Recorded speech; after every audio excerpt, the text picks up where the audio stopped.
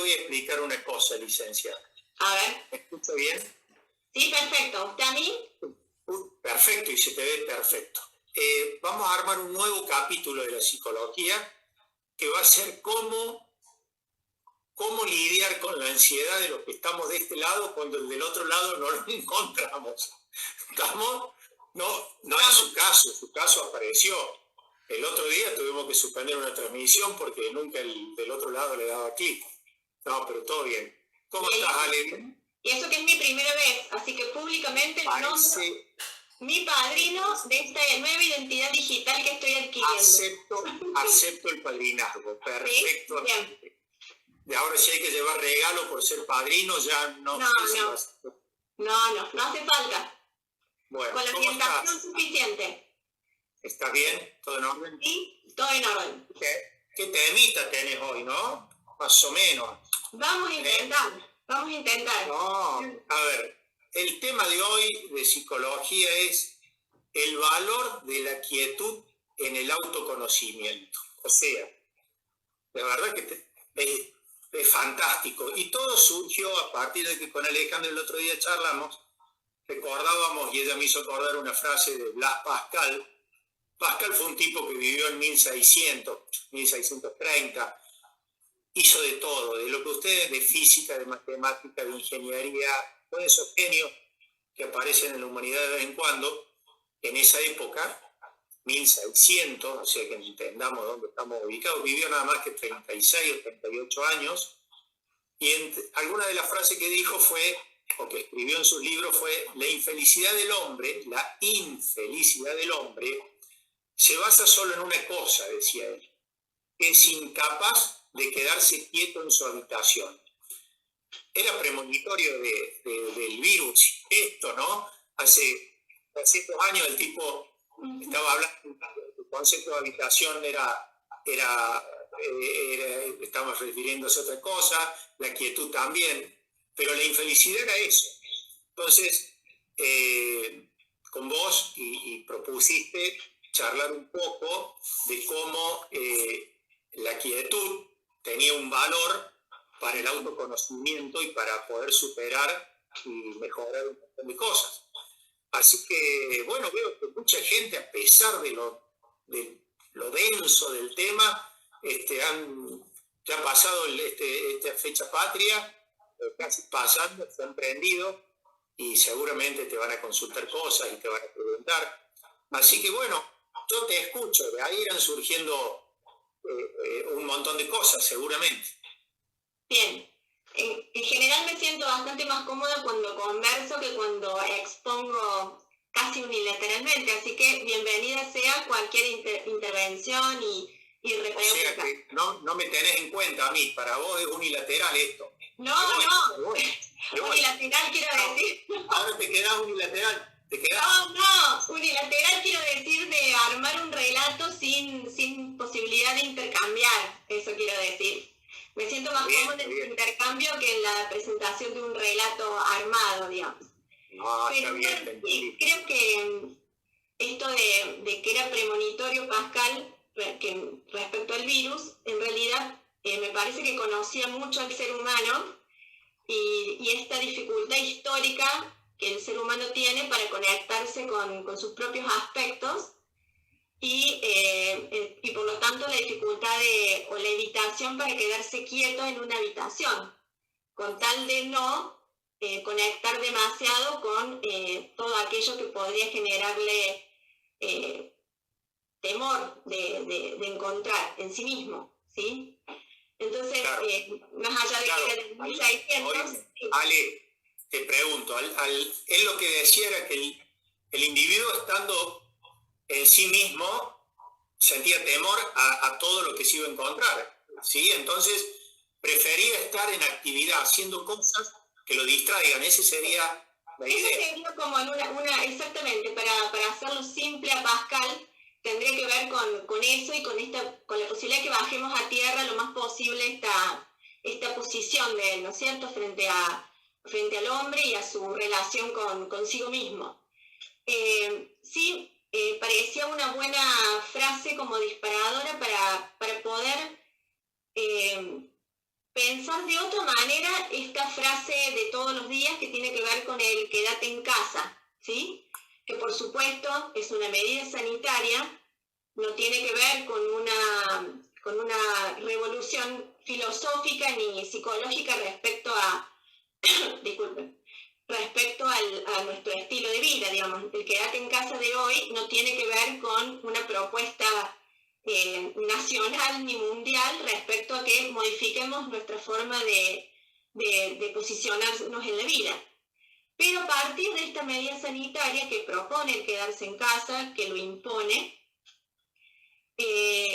me parecía interesante poder pensarlo desde este otro lugar, desde la oportunidad que quedarse en casa brinda para poder experimentar casi orgánicamente un modo de funcionamiento diferente, como un ritmo diferente. Porque el quedarte en casa claramente lo que hace es suspender nuestras acciones cotidianas y por lo tanto el movimiento que habitualmente tenemos también se modifica. Y la posibilidad de quedarnos en casa quizás nos permita esto, poder experimentar una forma de funcionar diferente. Esa era como la idea de retomar o de utilizar esta frase de Pascal como disparadora y quédate en casa que todos los días estamos escuchando. ¿Sí? Bien. Yo te voy a interrumpir un segundito, total, vos vas a seguir hablando, pero es para... Soy picuda. A ver. No, es para... No, lo soy. Usted páreme porque si arranco... No, con razón, es para refrescar algunas cosas. Porque a mí me pareció que de esa frase se pueden sacar tantas historias y tantas cosas, y un poco lo que hablábamos, ¿no? Yo leí algo que se refería o decía que en la sociedad de esa época el noble o la realeza tenía muchas más maneras de distraerse, porque tenía gente que lo hacía distraer, y en cambio el tipo común tenía que salir o a ser soldado o a ser para distraerse y para no estar en sí mismo. Hoy con la tecnología de hoy, podemos estar todo el tiempo distraídos y no estar pensando en nosotros. Entonces creo que este momento del quedarte en casa, el que lo sepa aprovechar, va a ser algo fantástico, va a ser una herramienta de crecimiento personal muy alto, ¿no? Para poder renovarse, para conservar energías, para eso. Yo cuando era chico me decían, cuando teníamos un parate, alguien me decía, che, esto como los autitos de función, va para atrás para salir más fuerte para adelante. Bueno, es un poco eso. Exacto. Acá tengo, es más, si quiere le leo textual la frase respecto a los reyes. Dice, bueno, acá, ¿no? El rey está rodeado de gente que no piensa sino en divertirlo y en impedir que piense en sí mismo, porque por muy rey que sea, es desgraciado si piensa en ello. Claro. En realidad esto de la búsqueda permanente de estímulos externos no hace más que aplazar la conciencia del vacío, ¿sí? Y del temor que uno puede sentir cuando para y no queda otra que encontrarse consigo mismo. Sí me parece que hay un subtítulo que le pusimos a la charla de hoy y que tiene que ver con de la ansiedad a la calma de la cuarentena. Creo que así era el textual del título, ¿no es cierto? De la era de la ansiedad a la calma de la cuarentena. Bien, entonces me parece que ahí habría que desarmarlo de alguna manera ese mismo título, porque precisamente y en estos últimos días donde hay mucho debate respecto a cuarentena sí, cuarentena no, que es un debate político, pero también hay opiniones de salud, de la sanidad, de salud mental, de infectología y de todo lo demás. Pero me parece que el tema de la cuarentena a muchas personas les ha generado ansiedad, ¿sí? Más allá de que el tiempo se detiene de alguna manera, y esta es la idea, de que podamos aprovechar ese tiempo que se detuvo para aprender a funcionar y sacarle provecho al enlentecimiento, ¿sí? Como camino al autoconocimiento. Pero no se puede negar de ninguna manera que la ansiedad de muchas personas que están registrando hoy tiene que ver muy probablemente con que la ansiedad los pone contra la pared, la cuarentena, la quietud, no la ansiedad, la quietud los pone contra la pared, no les queda más que mirarse y encima está reducida la posibilidad de acceder a los distractores habituales, ¿sí? Como para poder paliar y poder correrse de ese mi gatito está entrando, lo traté de que se quedara quieto, pero acaba de entrar. Me parece muy bien, forma parte del eso fue un distractor mío, bien. Entonces, el hecho de que nos quedemos quietos, para muchos, le puede estar indicando un ponerse contra las cuerdas respecto a sí mismo, y encima están disminuidos los distractores habituales, ¿sí? Entonces, hay gente que la puede estar pasando bien, y yo, por la experiencia con los pacientes con los que me he comunicado en este mes, por supuesto no tengo un estudio estadístico ni mucho menos, pero cuando yo los escucho, nuestros pacientes, digamos, los pacientes de CETOM, muchos de ellos me han transmitido una posibilidad de aprovechar este tiempo, ¿sí? Ha habido una o dos personas donde he escuchado esto, que la ansiedad, por no poder encontrarse con los estímulos de siempre, los hace pasar mal. Pero en general, he escuchado a muchos de nuestros pacientes que han encontrado ese tiempo que sabemos que en las consultas es una queja permanente, la imposibilidad de ordenarse con la alimentación, que es una necesidad básica, por la velocidad con la que vivimos. En este tiempo, esta posibilidad de, lo que decía al principio, de experimentar orgánicamente la posibilidad de funcionar más despacio, estoy escuchando que genera una buena sensación. Insisto, no es estadístico, solo me estoy moviendo con los pacientes, con la muestra de pacientes con la que me estoy moviendo. Está bien, pero es la vivencia de la experiencia tuya del día a día.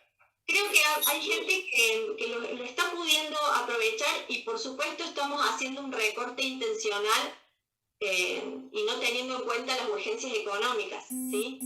Es necesario recortar eso, porque si pensamos en la urgencia económica parece muy liviano proponer aprovechar la quietud, ¿sí? Porque quietud significa para muchos una imposibilidad, una dificultad para resolver necesidades básicas desde lo económico, ¿sí? Estoy haciendo un recorte absolutamente intencional para que eso no contamine de alguna manera la propuesta de dejar por lo menos entrar la posibilidad de que este tiempo nos pueda servir para fomentar el autoconocimiento. Y si eso ocurre,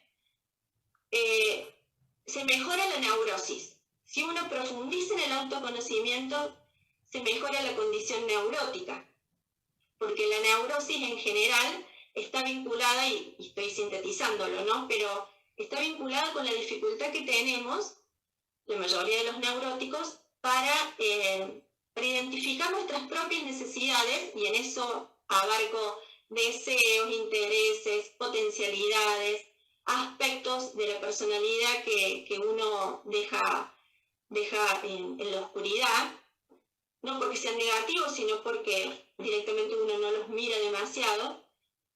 Entonces, si uno, al contrario, profundiza en esos aspectos y puede llegar a la integración de esos aspectos que están en otro lado, están en nuestro detrás de escena, las condiciones neuróticas pueden mejorar. Uno funciona de una manera más integrada, reconociendo esos aspectos e integrándolos en el yo autorizado. Me gusta ese concepto, no me acuerdo ni dónde lo leí, pero la idea de yo autorizado me parece interesante, que tiene que ver con aquellos aspectos que uno deja entrar y a través de los cuales se mueve, y cuáles tantos otros va dejando en el camino, y eso empobrece las posibilidades de funcionamiento. Lo va dejando en el camino por un mecanismo de defensa de que esas otras opciones te agreden y te hacen sentir mal, o no lo valora y lo pierde. Si volvemos a Pascal, lo que uno hace cuando no se mira mucho es no querer tomar mucho contacto con sus propias miserias, ¿sí? Por esto de encontrar aspectos que preferiría uno no saber que tiene, ¿sí? Ahora, desde una cuestión más psicológica, porque Pascal no era psicólogo, filósofo y todo lo otro que mencionó, pero no era psicólogo. Es que no era nada de todo lo otro, era naturalmente alguien que hacía de todo. Claro, bueno, porque tiene que ver con esta posibilidad de una vida más contemplativa que dotaba de sentido la vida. Seguramente en otros tiempos, en el 1600, esta posibilidad de funcionar enlentecido.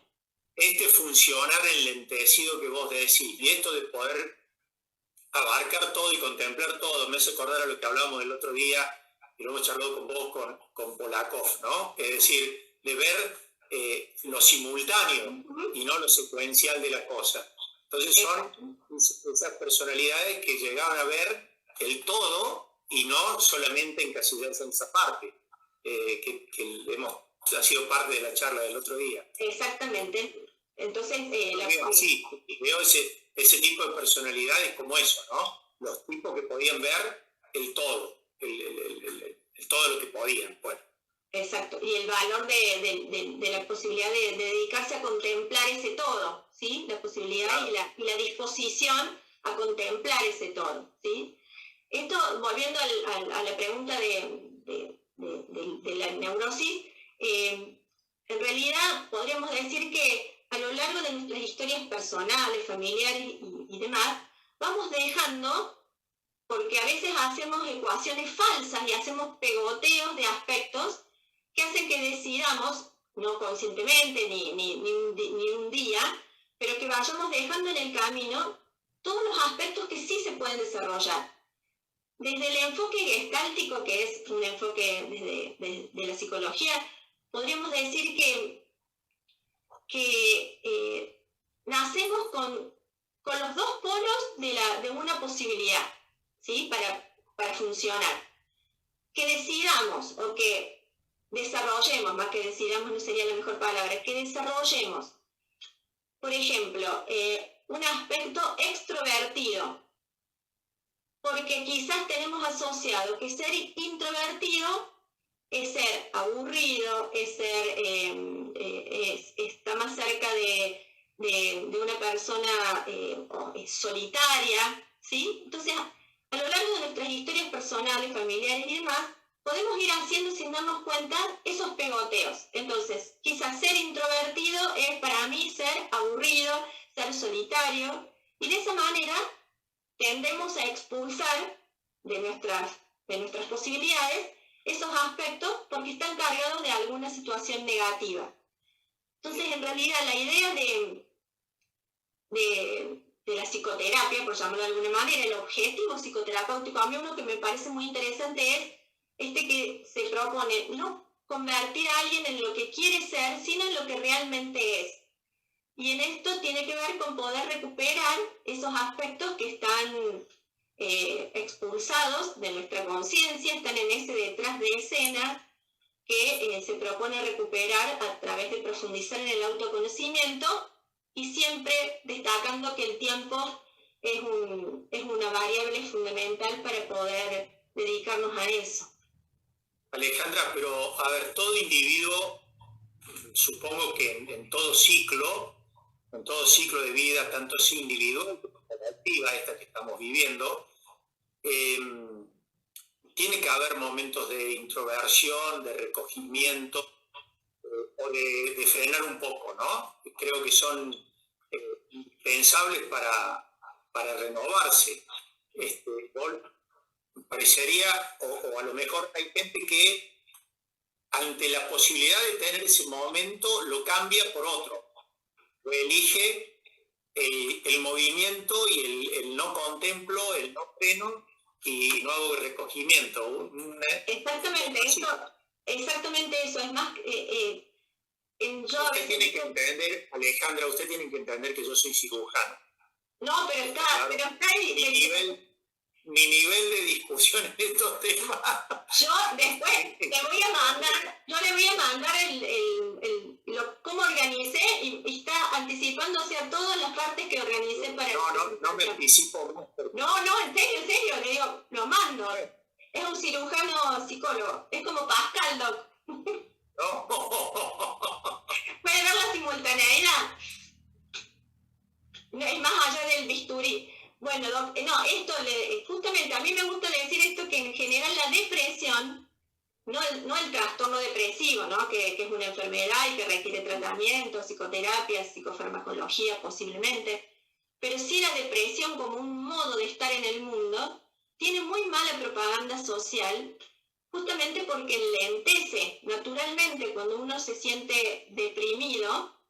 Insisto, no se está atravesando un trastorno depresivo, pero se siente deprimido, angustiado, triste, o estas asociaciones, naturalmente uno se enlentece, ¿sí?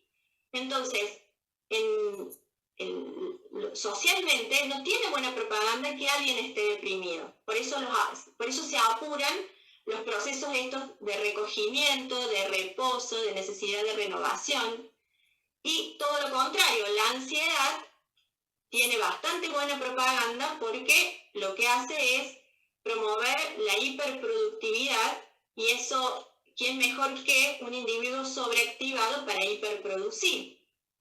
Entonces, desde distintos lugares, esta posibilidad de que nos aquietemos para poder conectarnos con nuestro detrás de escena, o la sombra, como decía Jung, o el inconsciente, si se quiere, de un lugar más profundo del psicoanálisis, no está muy promovido socialmente justamente por esto. Es habitual que no toleremos la depresión de alguien cercano, de los duelos que las personas necesitamos atravesar. ¿Quién no ha sentido la sensación de tener que sacudirse las necesidades, las emociones para poder continuar con el ejercicio de sus funciones y de sus roles? Creo que todos en algún momento sentimos que no tenemos ese tiempo y que tenemos que hacer un esfuerzo para sacudirnos y continuar. Entonces, esto del quedarte en casa, por supuesto que no garantiza, porque inclusive paralelamente escuchamos todo el tiempo recomendaciones para poder seguir en movimiento dentro de casa. Es una posición que tiene argumentos sólidos, no es excluyente a lo que estoy planteando, que tiene que ver con promover una organización y que no se desarme algunas rutinas y algunos cuidados, pero quizás esta pretensión de mantenernos en movimiento y de crear permanentemente acciones para continuar una aparente normalidad, también esté obstaculizando y obturando esta posibilidad de recuperar la posibilidad de la lentitud. Bien. Que también debe ser transitoria, ¿no? Claro, por supuesto. Bueno, el concepto de transitoriedad también tiene que estar de esto, de que todo se mueve y todo va cambiando y hay que aceptarlo, porque si no la idea el que quiera creer que la felicidad es siempre y la pena es siempre y el problema es siempre, tampoco va a andar. No, es que es al contrario. Cuando uno se dedica y se dispone a atravesar, por ejemplo, un duelo, es ahí cuando lo hace transitorio. Cuando lo interrumpe, lo más probable es que se eternice, aunque uno no se dé mucho cuenta. Es al contrario. Si uno acepta las emociones, acepta sus rasgos de personalidad, acepta los distintos aspectos que va desconociendo de sí mismo, sin juzgarlos, aceptándolos, los puede poner a la luz, y es ahí cuando uno inclusive se puede hacer responsable de ellos mismos, porque que uno acepte sus propias sensaciones sus propios impulsos violentos, se reconozca envidioso, se reconozca agresivo, se reconozca violento, no quiere decir que reconocer y aceptar lo va a desplegar. La obligación moral es responsabilizarse por esos aspectos que uno puede reconocerse que tiene y que seguramente todos tenemos, porque estamos hechos de todo un poco. Sí, sí. Pero yo veo que hay gente que se apega mucho a eso, a creer que es permanente el estado. No sé si te pasa con nuestros pacientes a veces con el tema de la obesidad y que creen que no van a salir nunca y que habrá un montón de enfoques, ¿no? Pero entonces sufren mucho porque creen que todo estado es permanente. No logran entender lo transitorio de cada momento. Esto está bien, ya se verá la luz al final del túnel de esta cuarentena y de este virus y de esto y volverá. Y el año que viene estaremos diciendo, mirá de lo que hablábamos hace un año. Y parece mentira, pero hay gente que no logra ver lo transitorio. No, eso seguramente. Y mientras, insisto con esto, mientras más en contacto uno esté con los procesos, más transitorios se hacen. Si no, el riesgo está en que se eternicen, porque uno los tapa, los obtura, los niega, pero es la mejor manera para que permanezcan, ¿sí? No atravesándolos. Y esto que decía, ¿no?, de que esto en algún momento tiene que terminar y hacerse realmente transitorio, es que en realidad un indicador de salud mental, salud emocional, me gusta decir un poco más a mí, tiene que ver con algo así como que el contacto y el retiro, el contacto con el otro, el contacto con el mundo y el retiro hacia uno mismo, si es coreográfico, si sigue un movimiento rítmico, coreográfico de ir y venir con suavidad, es un indicador de salud mental, ¿sí? Entonces, ni el contacto permanente con el otro o con el mundo y actuando en función de las demandas externas, donde desde la neurosis se puede ver que el mundo es enorme y uno queda pequeñito en función de esas demandas o de esos mandatos sociales, de esas obligaciones sociales, de las expectativas sociales. Si uno puede estar en contacto con eso y retirarse hacia uno mismo en este movimiento suave, es un buen indicador de salud mental o de salud emocional. Con respecto a lo que acabas de decir, sí, creo que a muchos esta crisis global le ha hecho ver lo pequeños que somos, lo pequeños que cada uno y lo pequeños que somos como especie o como habitantes de este mundo, habitantes de este planeta, y a algunos lo puede haber hecho sentir bien, de decir, bueno, esto es nada al lado de lo que es la historia del planeta y la historia del mundo, y a otros les puede haber angustiado muchísimo de decir, creía que tenía todo bajo control y no lo tengo. ¿Has tenido planteos de ese tipo de angustia? En realidad se me viene una presentación, vamos a llamarlo así, que realizó Freud hace mucho tiempo, un planteo más que una presentación, respecto a cuáles fueron los golpes al narcisismo de la humanidad. Bien. Desde la ciencia, ¿sí? ¿Cuáles son las revoluciones científicas que han dado golpes fuertes al ego humano? La primera tenía que ver con la revolución copernicana y el cambio de la idea geocéntrica al heliocentrismo, esto de que no somos el centro de la Tierra, ni mucho menos. No somos el centro del universo. ¿Has pensado lo que tiene que haber sido para esa sociedad que venga un loco y le diga, no, vos no sos el centro de nada?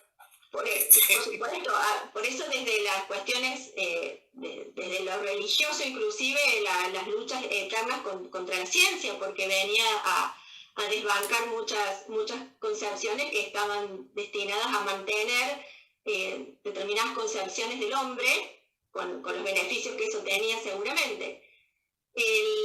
El segundo tiene que ver con la teoría darwiniana respecto a que no descendemos de una divinidad, sino que posiblemente de un animal. Por lo tanto, no pensarse descendiendo de de un ser superior que descendiendo de lo que se considera una especie inferior. Y el otro golpe tiene que ver justamente con esto último, por eso recordé esta parte. Tiene que ver con el planteo freudiano de que el hombre ni siquiera es dueño de sí mismo, porque hay un inconsciente que desconoce y que determina y maneja sus conductas en la vida. Digamos, el hombre no es dueño ni siquiera de sus propias emociones, de sus propios deseos, de sus propios impulsos más ocultos. Entonces, claramente, la posibilidad de autoconocerse va permitiendo el retomar las riendas sobre uno mismo, en esto de conocer, aceptar, integrar ese yo autorizado y poder ser responsable con aquello que experimenta de sí mismo, responsable respecto al otro, ¿no?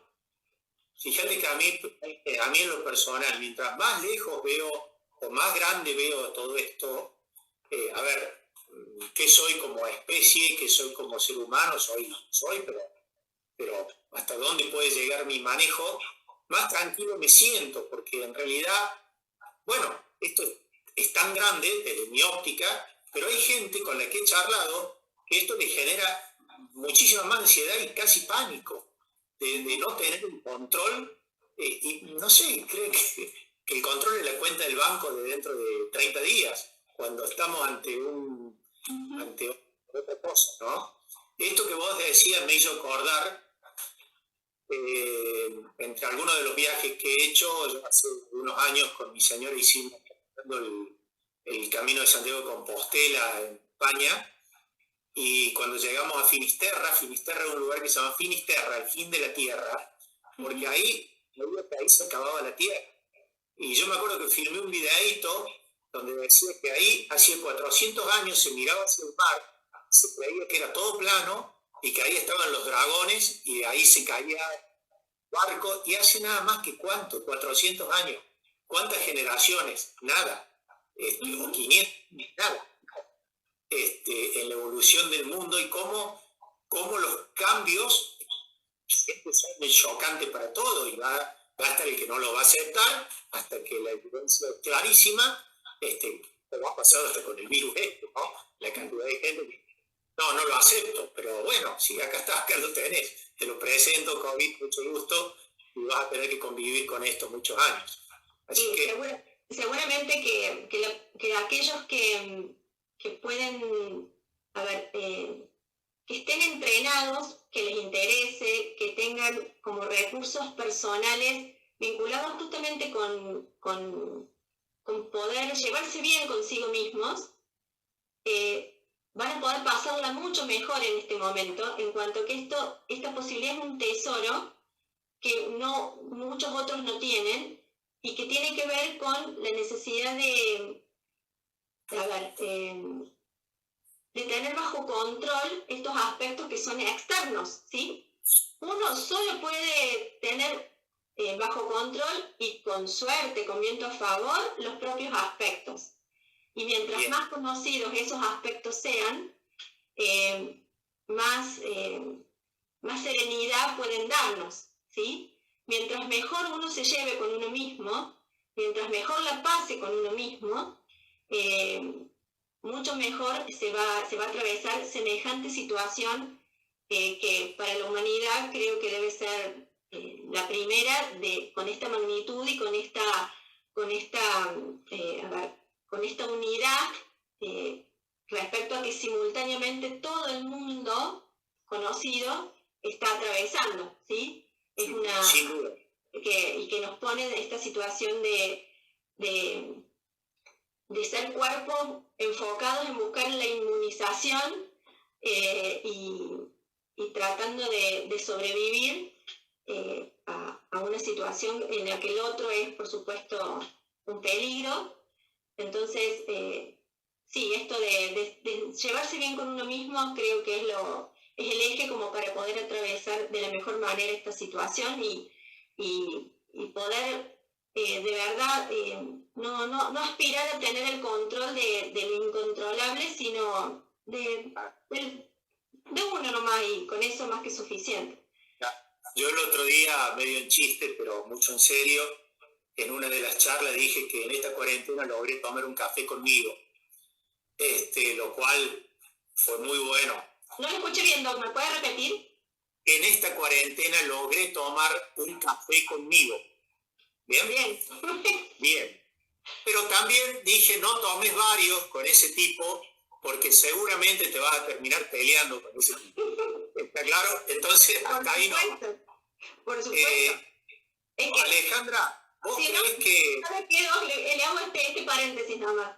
¿Sí? En realidad, cuando uno se pelea con el otro, en general está evitando pelearse con uno mismo. Por este mecanismo que los psicólogos tenemos como bastante fácil en la boca, que es el de la proyección. Que tiene que ver con esto, los aspectos que uno rechaza en uno mismo, los pone en el otro, porque siempre es más fácil pelearse con el otro que con uno mismo. Entonces, en esto que no nos queda otra que estar con uno mismo, es muy posible que todo aquello que proyectábamos no nos quede otra que ponerlo ahí en el café. Me ha dado una gran lección, porque ahí está clarísimo. Yo tengo que tomar hasta ahí nomás café conmigo, porque vamos a terminar mal con mi otro yo. No, al contrario, Doc. El café con uno mismo, que implica metafóricamente dialogar con uno mismo, ¿sí? Esa es la idea, tomar un café con uno, es ponerse a conversar desde distintos aspectos, desde estos aspectos que mencionaba recién, estos polos que a veces se desencuentran, pero que forman parte de esta sombra que uno tiene y que desconoce, pero que en algún momento a través de un café, simbólicamente, pueden dialogar. Y si dialogan y pueden ponerse de acuerdo, ese es el camino a la integración. Mucho mejor que cualquier otra explicación teórica, Doc, es eso que usted ha dicho. Sentarse a tomar un café con uno mismo es el camino a la integración. De esta que hablaba un poco más abstracto recién. Un aspecto mío me habla, el otro aspecto responde y negociamos e integramos esos aspectos que en principio están escindidos y que lo que hacen es empobrecer mis capacidades y mis posibilidades de funcionamiento. Así que no hay mejor cosa que tomar un café con uno. Sin duda. Ale, aunque no lo creas, llevamos más de 40 minutos charlando. O sea, ¡No! Sí, pero está muy bien, ya está. Ya está. 42 minutos, así de simple. Perfecto. Vos que te decías, ¿de qué vamos a hablar, doctor? No, ahora pasó 10. Ese es mi tiempo subjetivo. La pregunta, que yo quiero que sea positiva la respuesta, porque yo lo veo positivo, pero vos me vas a decir qué piensas. De esta crisis, cuarentena, pandemia, todo este cambio, ¿no? Que empezaba en nuestra sociedad por 15 días, llevamos más de 60 y salimos y vamos a ver dónde estamos. Yo personalmente creo que como sociedad vamos a aprender muchas cosas. No sé si se va a mantener en el tiempo, pero vamos a aprender. Uh-huh. Y vamos a salir fortalecidos, también creo que vamos a salir fortalecidos como sociedad. No creo en cambios de que todo el mundo va a ser bueno y paz y amor. No, claramente no. Pero que nos va a enseñar a parar un segundo, a entender que para qué íbamos tan rápido si íbamos a hacer lo mismo y que eso va a generar cambios. Y que creo que podemos reconstruirnos en una serie de cosas como sociedades. ¿Vos qué pensás de esto? ¿La gente va a salir mejor o va a salir peor? Es decir, porque si esto fue nada más que para que salgamos peor, es bravo, ¿no? Pero yo personalmente creo que no, que vamos a salir mejor como sociedad, sin cambio revolucionario ni que el malo va a ser bueno, eso olvídate. No. El malo va a seguir siendo malo y... Yo la verdad que soy bastante pesimista respecto a la humanidad y eso es un problema que puedo tener, pero sí creo que esto que hablamos hace un ratito, que la naturaleza misma tiene ciclos en los que necesita reposar, descansar y renovar la energía.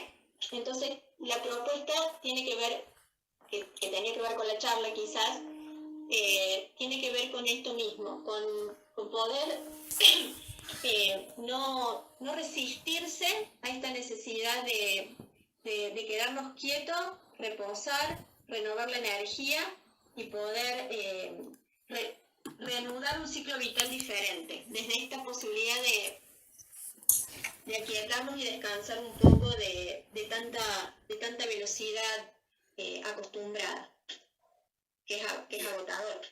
Desde ahí creo que esto demuestra lo difícil que es hacer nada. Pasa a ser una situación extrema, ¿no? Que te pone a prueba y en realidad vale la pena.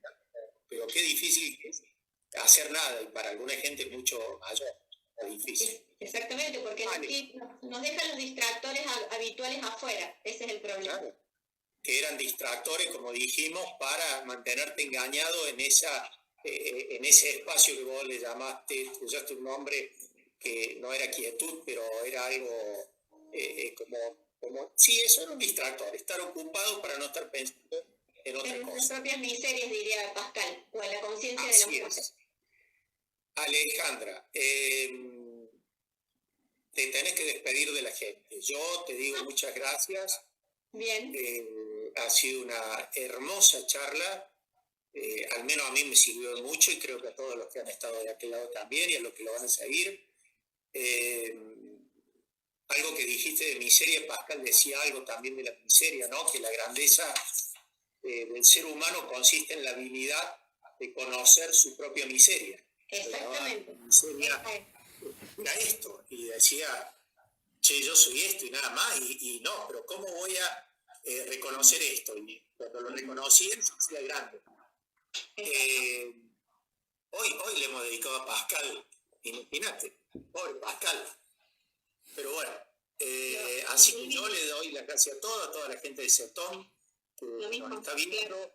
Recién pasó por ahí Facundo Molins, al que le doy las gracias también porque filmó unos videitos de actividad física muy importante y nos los mandó para subir al grupo. Sergio, que nos sigue siempre, bueno, y toda la gente que está ahí colaborando siempre con nosotros. Así que usted se despide. Cuando usted diga hasta luego, chao, o la cosa que sea, yo aprieto finaliza. Bueno, gracias, Doc. Gracias, padrino, en realidad. De nada. Padrino sin regalo. No, sin nada. Y bueno, gracias a todos y espero haber sido lo más clara posible y que no me haya llevado puesta ese atropello que tengo verbal a veces. No, para nada. Bueno, nos vemos mañana en el Zoom nosotros. Sí, señor. Un beso a todos. Chao. Adiós.